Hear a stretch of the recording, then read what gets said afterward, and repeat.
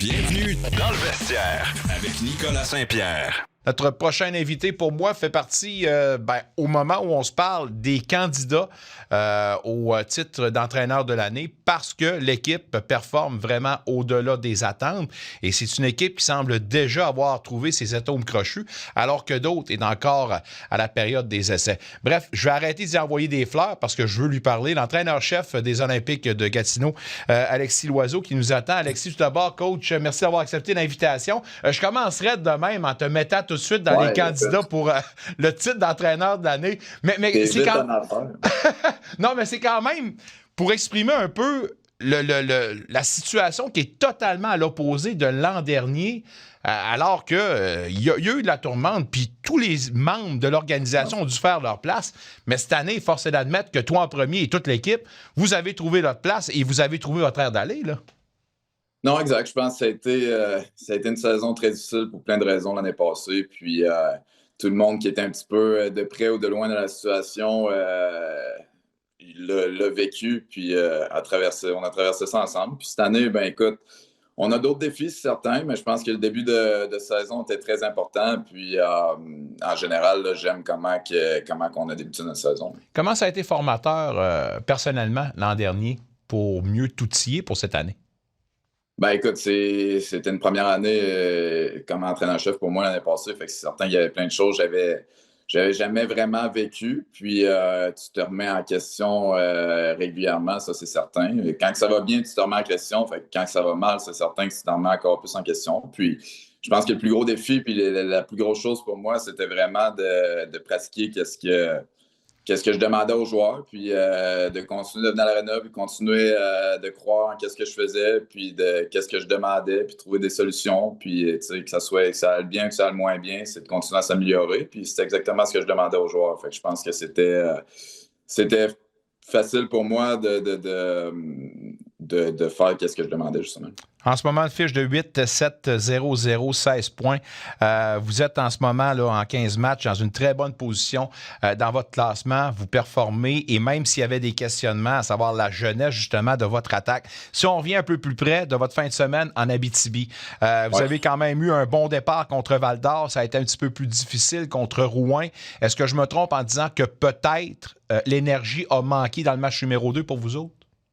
Ouais, puis non, tu ne te trompes pas. En fait, c'est quelque chose qui est assez récurrent depuis le début. C'est une des choses qui me fatigue un petit peu le plus, là. C'est vraiment nos deuxièmes matchs.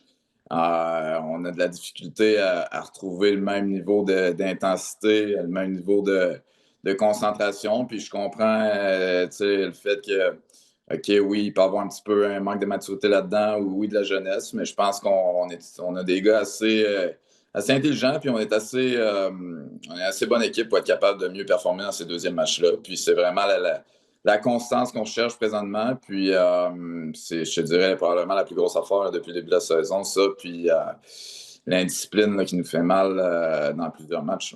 Ah, l'indiscipline. Êtes-vous un club émotif? Êtes-vous un club qui a de la misère à gérer ses émotions?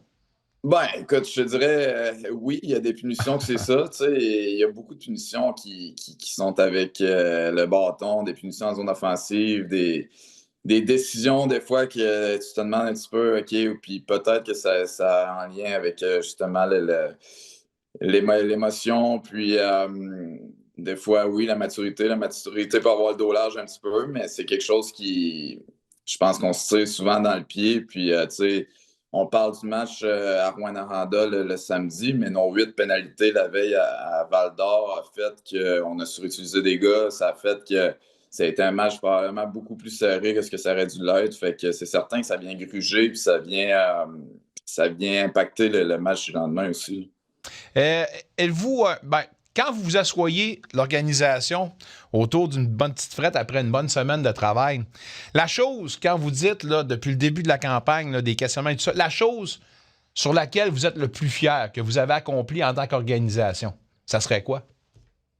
Ben, je te dirais qu'on a des gars qui progressent bien. Et puis, tu sais, que ce soit, je fais juste regarder un petit peu avec l'an passé, puis en termes d'équipe, OK, oui, il y a l'avantage numérique, le désavantage numérique qui fait mieux. Mais pour moi, la plus grosse chose, c'est vraiment la façon qu'on réagit dans des moments clés des matchs, comment qu'on réagit en troisième période quand on est en avance, comment qu'on joue en prolongation. Tu sais, on se rappellera l'année passée, je pense qu'on a perdu quelque chose comme 15 matchs en prolongation ou de cas du genre. Fait que, tu sais, c'est des fins de période, des jouer avec un avance. On a quelques victoires cette année aussi que, tu sais, on marque 2 buts en fin de match, on revient dans le match, on continue d'y croire, puis on trouve une façon d'aller chercher ces matchs-là. Fait que pour moi, c'est probablement ça la plus grosse affaire en tant qu'équipe que j'aime en ce jeune début de saison. Puis, tu sais, on continue d'être une équipe qui défend bien, puis qu'on est une équipe qui est dure à affronter parce que je pense qu'on ne donne pas une tonne de chances de marquer non plus quand on est dans nos bons matchs. Fait qu'on peut jouer n'importe qui. Coach, je comprends que les entraîneurs n'aiment pas nécessairement parler d'un joueur individuellement. C'est un concept d'équipe, puis vous gagnez en équipe, puis vous perdez en équipe. Mais reste que il y a quand même des éléments importants qui font la différence. Puis j'ai pas le choix de parler de Danai Shaikov en ce moment devant les filets, a des chiffres incroyables. Pourcentage de 9,22, moyenne de 216. Par-moi du joueur qu'il est, du gardien, puis le genre de performance qui vous donne la confiance pour jouer devant lui, là. 100%. Puis c'est un gars qui est vraiment impressionnant depuis le début de la saison, honnêtement. Puis depuis le jour 1 du camp d'entraînement, là, c'est ce qu'on voit de lui. Puis on parle de constance en tant qu'équipe. Lui, c'est quelque chose qui amène vraiment depuis le début de la saison de pratique en pratique, de match en match. C'est un gars qui est extrêmement compétitif. C'est un gars qui est extrêmement habile aussi. Il est très explosif dans son filet. Il est compact. Écoute, puis il nous donne une chance de gagner à chaque match. Comme j'ai parlé tantôt, on peut donner 1 but, 2 buts rapidement dans la rencontre, puis on sait que, bon, mais on a juste besoin d'en scorer 2 parce que probablement qu'il va nous garder ça à 2 buts. Fait que ça, c'est un gros plus pour nous autres. Puis, on parle souvent de Shaikov, puis je pense que Saint-Pierre, depuis le début de la saison, on ne l'a pas mis dans la meilleure situation où je pense qu'on n'a pas joué notre meilleur hockey en tant qu'équipe en avant de lui. Mais en général, je suis quand même très satisfait de nos gardiens là, depuis le début de la saison. Avec raison, à part de ça, des chiffres qui font rougir les autres organisations. La relève est là, puis la relève, en tout cas de ma perception, semble déjà avoir un mot à dire. Comment ça se passe pour vos premières années, là? Entre autres, Giovanni Carlin, qui a en 11 matchs, 7 points, dont 4 buts. Louis-Étienne Hawley, 13 matchs, 7 points, dont 1 but. Finn Barton, 6 points, dont 2 buts en 14 matchs. Puis Alex Dagenet, à part de ça, qui a marqué ses 2 premiers la semaine dernière. Comment tu es fier, justement, de voir ces jeunes-là déjà s'impliquer? Oui, je pense qu'on a plusieurs joueurs. On a 14 nouveaux joueurs. Fait que de joueurs de première année, c'est pas tous des recrues de 16 ou 17 ans, mais pour la plupart, en même temps, c'est normal qu'il y ait une période d'adaptation. Puis il y en a que c'est leur première année, que ce soit ils jouaient en midget ou ils jouaient dans d'autres ligues. Mais si on parle plus précisément que ce soit Dawley, un jeune de 16 ans qui arrive puis qui fait un très, très bon travail pour nous autres. Il est rendu notre premier avantage numérique. Écoute, c'est un gars qui est très intelligent, qui est responsable. Après ça, c'est sûr qu'il y a des matchs où c'est normal comme joueur de 16 ans, où ce que tu t'attends à ce qui est peut-être au niveau de la constance quand tu joues 2 et 3 matchs en 4 jours, des choses comme ça. Fait que ça, c'est sûr que ça va arriver. Même chose, c'est pour Alex Dagenet, un gars il a eu un très, très bon début de saison. Après ça, il y a une petite période de 4-5 matchs, je dirais, qui avait changé un petit peu sa façon de jouer. Puis dans les 2 dernières semaines, là, il est revenu l'Alex Dagenet qu'on avait au début, puis qu'on connaît, puis qu'on veut comme joueur, un gars qui est très, très impliqué, un gars qui est physique, qui est capable d'amener de l'offensive autour du filet, puis qui est une grosse partie de notre équipe aussi, là, avec la manière qui est capable de leader aussi. Là. Il a l'air d'avoir une bonne tête sur les épaules, le kid. À part de ça, on a aimé notre rencontre avec lui la semaine dernière. Mais est-ce que c'est un challenge de tous les jours pour un entraîneur et la JMQ, justement, de bien centrer les jeunes qui arrivent, la confiance? C'est tellement une grosse bébête, cette affaire-là. Est-ce que c'est un de vos travails les plus quotidiens, c'est-à-dire garder justement ces gars-là dans la bonne bulle, dans la bonne instance? Oui, ça, c'est certain.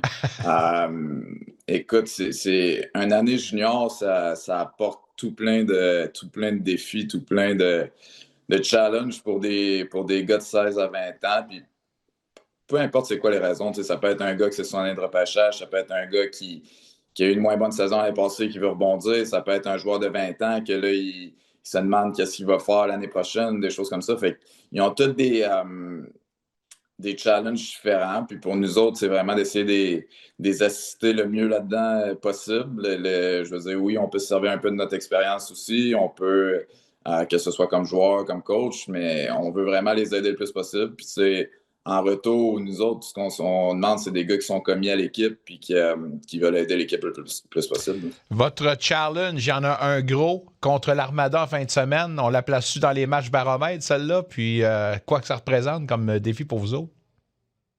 Ben, on le sait, l'Armada, c'est une équipe, écoute, c'est une très, très bonne équipe de hockey. On le sait qu'on est capable de jouer. On les a joués il y a quelques semaines de ça, puis on est allé chercher une grosse victoire. Après ça, est-ce qu'on se présente là en étant trop confiant? Absolument pas. On sait que c'est une équipe qui est très talentueuse, puis il faut que tout le monde se présente puis qu'ils soient prêts à jouer leur meilleur match si on va avoir une chance de remporter ce match-là. Fait que c'est ce que ça va prendre. Puis on a une belle semaine d'entraînement. On a 5 jours cette semaine. C'est la première fois là, depuis le début de la saison qu'on peut passer autant de temps pour se préparer. Fait que c'est quelque chose qui, je pense, qui va nous aider aussi. Puis on va être prêts samedi là, pour aller à Blainville. On va vous souhaiter une bonne semaine d'entraînement, puis le mot de Cambronne, évidemment, contre Blainville-Boisbriand. Mais on se promet une chose, Alexis, coach, si tu le souhaites, tu reviens plus souvent cette année.